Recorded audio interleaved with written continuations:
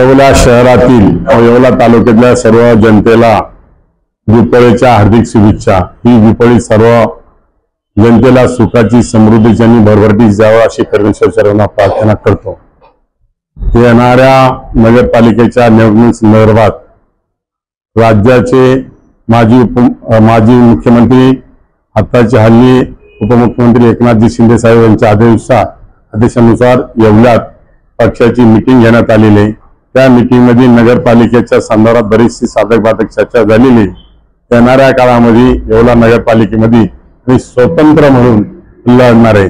गेल्या 25 वर्षाच्या ज्या काही समस्या येवला तालुक्यात आणि शहराच्या पेंडिंग आहे त्याचा उणीव ह्या नगरपालिकेच्या इलेक्शन मध्ये आम्ही भरून काढणार आहे। गेल्या 25 वर्षापासून येवला शहरामध्ये पाण्याची परिस्थिती अतिशय वाईट आहे, पण आता पूर्वी काही लोकांनी सांगितलं का आम्ही दिसाड पाणी देऊ, अद्याप येवला शहराला पाणी काही देण्यात आलेले नाही। पण नगरपालिकेत आमची सत्ता जर आली नक्कीच येवला शहराला 24 तास पाणी देण्याचं प्रयोजन आमचं आहे। तसा प्रस्ताव तसा आम्ही शासन दरबारी सादर केलेला आहे, पण काही कारणास्तव काही लोकांनी तो अडून धरलेला आहे। जर येवला तालुक्याला आणि येवला शहराला 24 तास जर पाणी पाहिजे असेल त्या प्रस्तावाला संमती देण्याचं काम येवला शहराने केलं पाहिजे।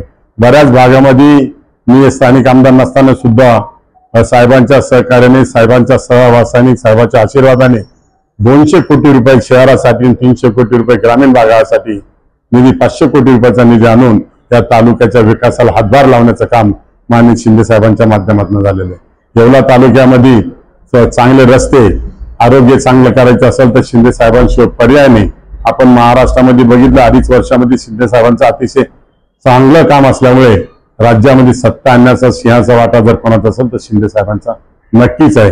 म्हणून मी सर्व येवला शहरातील नागरिकांना नम्रतेचं आवाहन करतो की येणाऱ्या काळामध्ये येवला नगरपालिकेमध्ये शिंदे साहेबांचाच नगराध्यक्ष झाला पाहिजे अशी परमेश्वराची प्रार्थना करतो।